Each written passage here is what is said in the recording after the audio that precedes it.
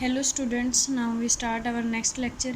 इस लेक्चर के अंदर करेंगे हम जो कोरिलेशन के हमें कौन कौन से मेथड के हैं। एक तो क्या था आपका डॉट ग्राफिक और कार्ल पियर्सन्स। अब जो नेक्स्ट मेथड है वो क्या है, स्पीयर्समैन्स रैंक कोरिलेशन मेथड।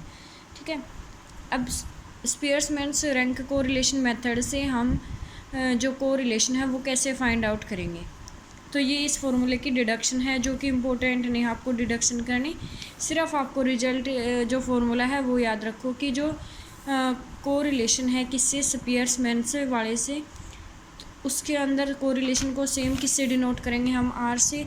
जो आर है आपका वो किसके इक्वल होगा, 1 माइनस के 6 इंटू समेशन डी आई का square divided by N into N square minus 1।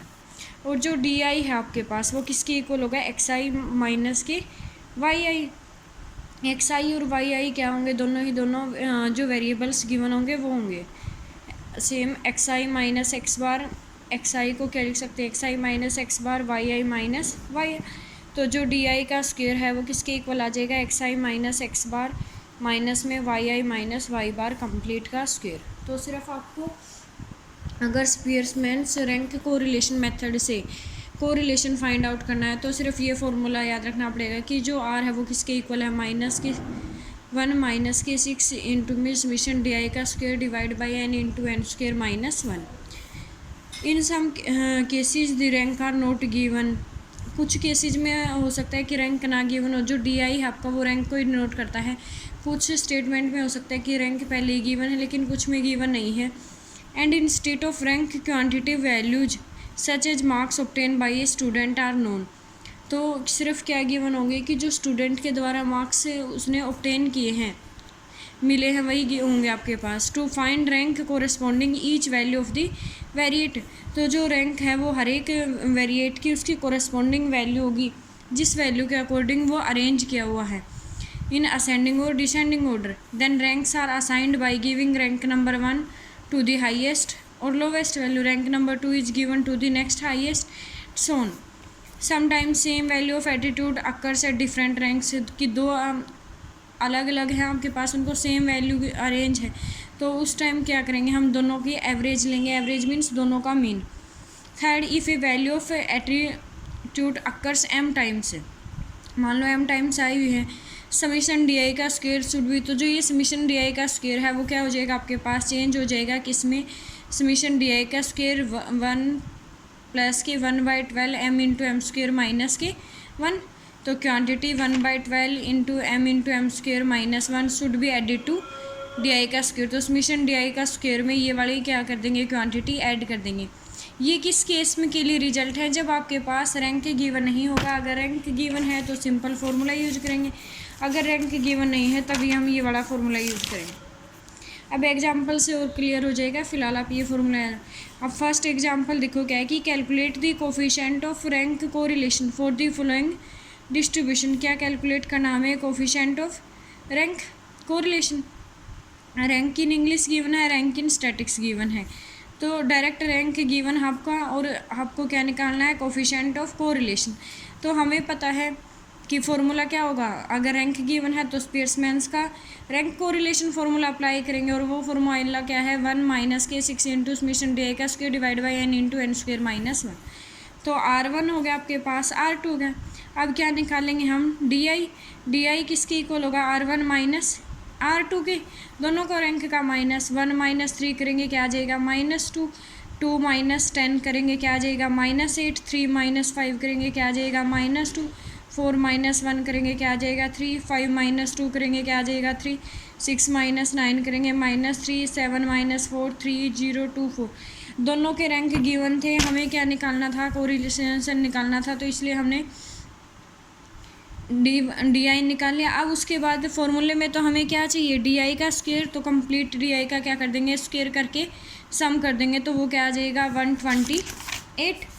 तो अब coefficient of rank correlation formula क्या था कि आर किसके इक्वल है, 1 माइनस के 6 इंटू समेशन डी आई का square divide by N into N square minus 1। N total value हो जाएगी, तो 6 इंटू में समेशन डी आई स्क्वायर कितना है, 128। एन की वैल्यू 10 है, 10 का स्क्वायर माइनस के 1 क्या आ जाएगा, 99। तो ये क्या आ जाएगी, 0.224।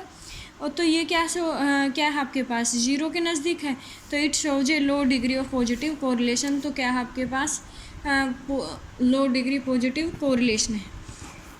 नेक्स्ट में क्या है कि from the following data calculate Spearman's rank को coefficient of correlation. Serial number given है और उसके बाद क्या है next, rank differences. Rank difference given है, इट मीन्स क्या गिवन है आपके पास, DI गिवन है। तो क्या गिवन है, सीरियल नंबर गिवन है, रैंक डिफरेंस गिवन है। Rank difference it means DI given है। लेकिन क्या है कि जो DI में है एक वैल्यू क्या है आपके पास मिसिंग है, यानी कि एक वैल्यू गिवन नहीं है। अब हमें पता है कि जो रैंक डिफरेंस है वो उसका जो क्या है आपके पास जो सम है वो ऑलवेज इक्वल टू 0। जो रैंक डिफरेंस है टोटल उसका सम जो है वो किसके इक्वल होता है, 0 का। इसमें DI जो है वो किसके इक्वल होना चाहिए, 0 का। तो मान लेंगे कि जो ये मिसिंग वैल्यू है ये क्या है, x। तो इन सब का सम करके किसके इक्वल पुट कर देंगे, 0 से। यहाँ से सम करके सोल्व करेंगे तो x की वैल्यू क्या आ जाएगी, -2। तो जो ये मिसिंग है वो क्या आ गया आपके पास, किसके इक्वल हो गया, -2 के। तो ये रैंक डिफरेंस हो गया, रैंक डिफरेंस यानी कि DI। अब हमें तो क्या निकालना है फॉर्मूले के लिए, स्मिथ एंड DI का स्क्वायर। तो रैंक डिफरेंस का क्या कर देंगे, स्क्वायर करके सम कर देंगे, इस फॉर्मूले के अंदर पुट कर देंगे। तो क्या आ जाएगा आपके पास, कोफिशिएंट ऑफ कोरिलेशन। तो जो R है वो किसके इक्वल आ जाएगा, 1 - के 360 डिवाइड बाई 990 इक्वल टू 1 - के 0.364 किसके इक्वल हो गया, 0.636 के। It shows A moderate degree of positive correlation. तो क्या आ गया आपके पास, ये क्या है, मॉडरेट। मॉडरेट क्यों है, क्योंकि 0.6 से जो है वो क्या है, मिड में वैल्यू लाई करती है आपकी। थर्ड एग्जाम्पल देखो क्या है कि 10 students secured following marks in statics and mathematics. Total कितने हैं, 10 स्टूडेंट हैं, उनके स्टैटिक्स के अंदर मार्क्स और मैथमेटिक्स के अंदर मार्क्स गिवन है। Compute they rank in 2 subject. हमें क्या निकालना है, एक तो रैंक निकालना है क्योंकि रैंक गिवन नहीं है। Also find the coefficient of rank correlation, और फिर क्या निकालना हमें, कोफिशिएंट ऑफ कोरिलेशन। अब जब आपका रैंक गिवन नहीं था तब आपके पास ये मेथड था कि कैसे करेंगे।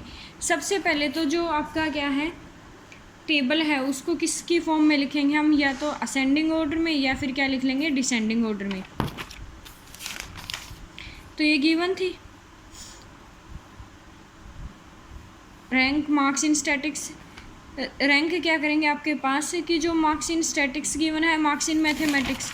तो सबसे पहले क्या करेंगे कि in some cases the ranks are not given and instead of ranks quantitative values such as marks obtained by a student are known to find corresponding to each value of the variate all these values are arranged। तो क्या करेंगे इसकी corresponding value, यानी कि जो ये क्या था, first second third fourth fifth sixth seventh eighth ninth 10, इस तरह से क्या कर देंगे हम, ड्राइव कर देंगे जितने टोटल।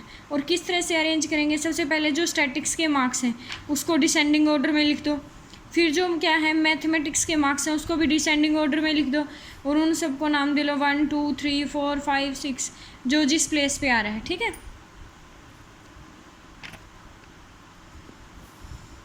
अब ये क्या है, मार्क्स इन, तो समझ आ गया। अगर किसी का रैंक गिवन नहीं है तो हम क्या करेंगे, रैंक लिखने के लिए मार्क्स इन स्टैटिक्स को भी किस में लिख लेंगे, डिसेंडिंग ऑर्डर में। मार्क्स इन मैथमेटिक्स को भी किस में लिख लेंगे हम, डिसेंडिंग ऑर्डर में। और फिर उनके सीरियल नंबर से जो डिनोट करेंगे वही उसका क्या हो जाएगा, रैंक। जैसे 48 पहले आ गया, 1 2 3 4 5, ठीक है, इस तरह से। अब मार्क्स इन स्टैटिक्स है, मार्क्स इन स्टैटिक्स लिखेंगे जिस सीरीज में आपके गिवन है। ये तो हमने डिसेंडिंग ऑर्डर में तो सिर्फ इसलिए लिख थी रैंक के लिए, तो जिस ऑर्डर में गिवन है हमने वो मार्क्स इन स्टैटिक्स लिख लिए। 31 45 39 48 24 33 42 36 29 41। फिर मार्क्स इन मैथमेटिक्स से जिस फॉर्म में आपके गिवन थे। अब रैंक इन स्टैटिक्स, अब R1 का जो रैंक्स है वो देखो डिसेंडिंग ऑर्डर में लिखने के बाद 31 को कौन सा प्लेस मिल रहा है, 8th, तो इसका रैंक क्या हो जाएगा 8। 45 का से क्या है सेकंड नंबर पे, तो क्या आ जाएगा इसका 2 रैंक हो जाएगा। 48 क्या है 1, तो 48 का रैंक क्या हो जाएगा 1। इसी तरह से 24 क्या आया था 10, तो 24 का जो रैंक है वो कितना हो गया 10 हो गया। इसी तरह से 33 का जो रैंक है वो कितना हो गया 7 हो गया। उसके बाद 36 का जो रैंक है 36 से देखो 6 प्लेस पे 36 का रैंक क्या हो जाएगा 6। इसी तरह से क्या है कि जो मार्क्स इन मैथमेटिक्स हैं 41 का देखो कितने पे है सेकंड प्लेस पे, तो 41 का जो रैंक है वो क्या हो गया 2। 47 कौन से प्लेस की वैल्यू है हुई है फर्स्ट, तो उसका रैंक क्या आ जाएगा 1। 27 की क्या आ जाएगी आपके पास 10। फिर 38 कहाँ पे है ये वाला, तो 38 की क्या आ जाएगी आपके पास 5। फिर इसी तरह से 29 क्या आ जाएगा 9th प्लेस पे, तो इसका रैंक क्या हो जाएगा 9। तो जिसके रैंक नहीं है उनके रैंक हमें फाइंड आउट करने आगे। सबसे पहले क्या करेंगे, उनको डिसेंडिंग ऑर्डर में लिख लेंगे और उनको नंबरिंग कर देंगे। उनकी जो नंबरिंग होगी वही उनका क्या होगा रैंक होगा। अब ये R1 हो गया, ये R2, क्या निकालेंगे हम DI किसके इक्वल होगा R1 माइनस R2 के, फिर DI का स्क्वायर, तो क्या आ जाएगा समेशन DI का स्क्वायर। फॉर्मूला आपको पता ही है कि क्या है 1 माइनस के 6 इंटू समेशन DI का square n into N square minus 1 minus के 6 इंटू 88 डिवाइड बाई 10 क्रॉस 99, तो क्या आ गई 0.47। तो ये इसका क्या हो गया rank of correlation. Moderate value होगी क्योंकि 0.5 के बीच में लाई करती है।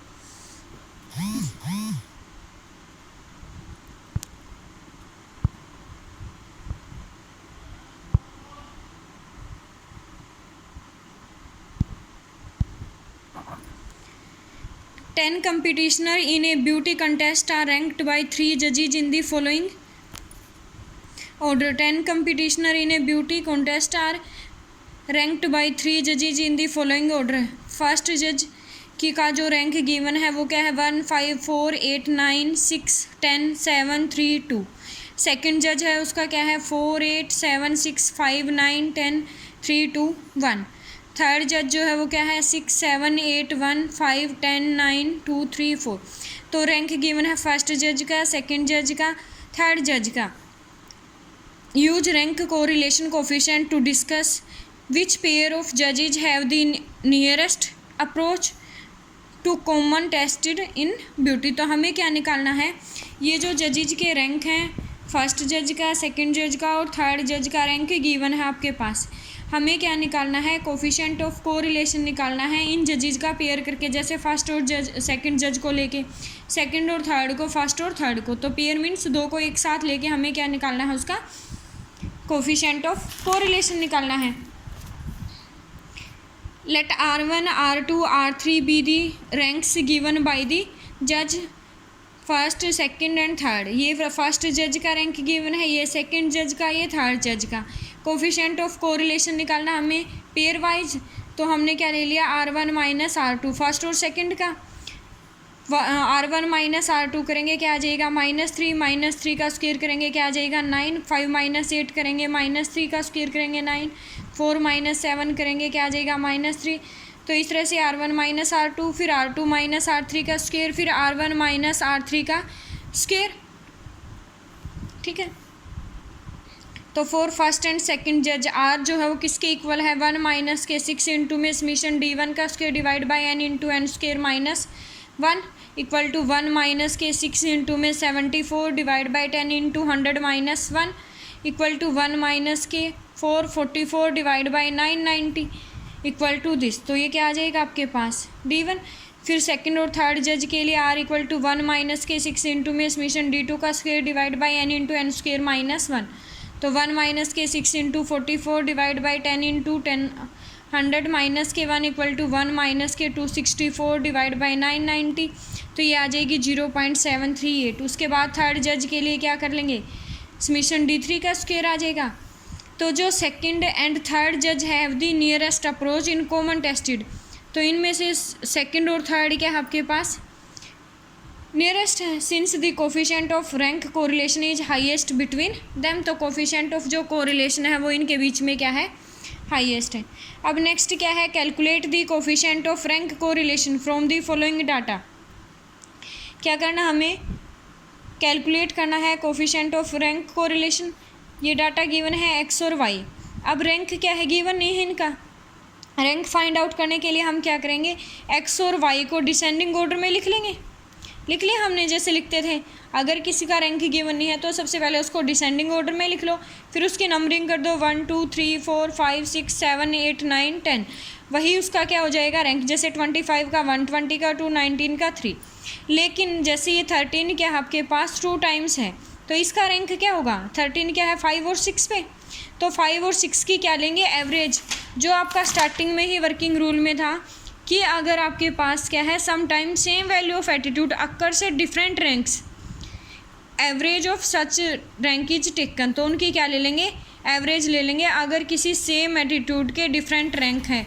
तो यहाँ जैसे 13 था और 13 के रैंक क्या आ रहे थे 5 और 6, तो जो 13 के 5 और 6 रेंज हैं रैंक हैं उनका क्या ले लेंगे एवरेज। एवरेज मीन्स मीन कैसे निकालते हैं, 5 + 6 11, 11 डिवाइड बाई में 2 क्या आ जाएगा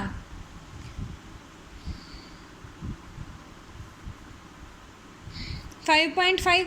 इसी तरह से यहाँ पे भी क्या है 6 जो एटीट्यूड है या 6 जो वेरिएबल है उसका जो रैंक है वो क्या है 8 और 9, तो इसका भी जो क्या होगा आपके पास रैंक हो वो क्या आ जाएगा 8 + 9 17, 17/2 क्या आ जाएगा 8.5।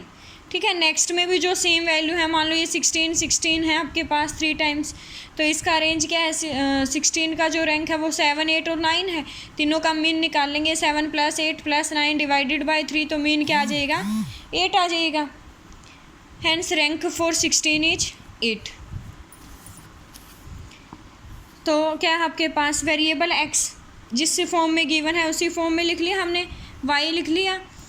अब हमने क्या लिख लिया एक्स का रैंक हमने यहाँ से कि जैसे 4 था, 4 ये था आपके पास, 4 का रैंक कितना है 10, फिर उसके बाद 20 का रैंक कितना है 2, तो ये क्या आ गया आपके पास इस तरह से R1। नेक्स्ट क्या आ जाएगा R2, D किसके इक्वल आ जाएगा R1 माइनस R2 के इक्वल आ जाएगा, D स्क्वायर का क्या आ जाएगा आपके पास, इस कंप्लीट D का क्या कर देंगे स्क्वायर और सम, ये क्या आ गया आपके पास 41।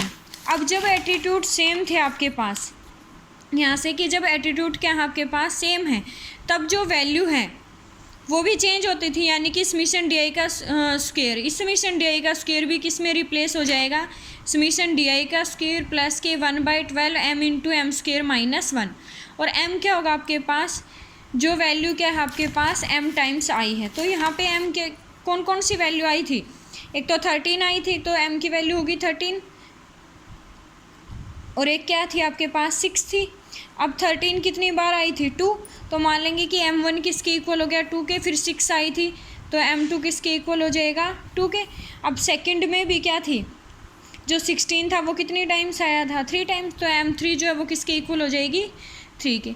तो अब जो फॉर्मूला है वो आपके पास किस में चेंज हो जाएगा कि जो r है वो किसके इक्वल आ जाएगा 1 माइनस के 6 इंटू समीशन डी आई का स्क्वायर प्लस के 1/12 m1 की क्यूब माइनस के m1 प्लस के 1/12 m2 की क्यूब माइनस m2, इसी में ऐड करना था ना, इसको m1 इंटू m1 का स्क्वायर माइनस 1 कर लो या इस m के अंदर मल्टीप्लाई कर लो, सेम है।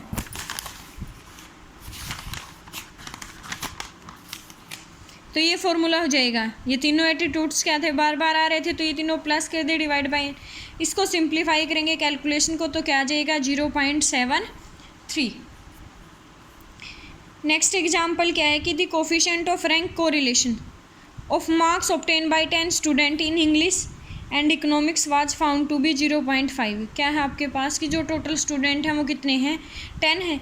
इंग्लिश और क्या है इकोनॉमिक्स में जो रैंक ऑफ कोरिलेशन निकाला है वो कितना आया है 0.5।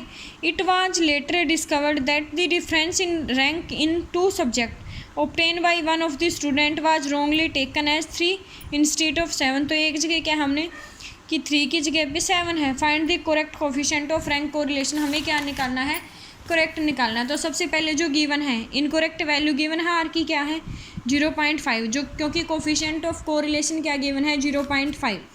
अब मिसरीड की हिट मीन्स ये कैसा है इनकरेक्ट है।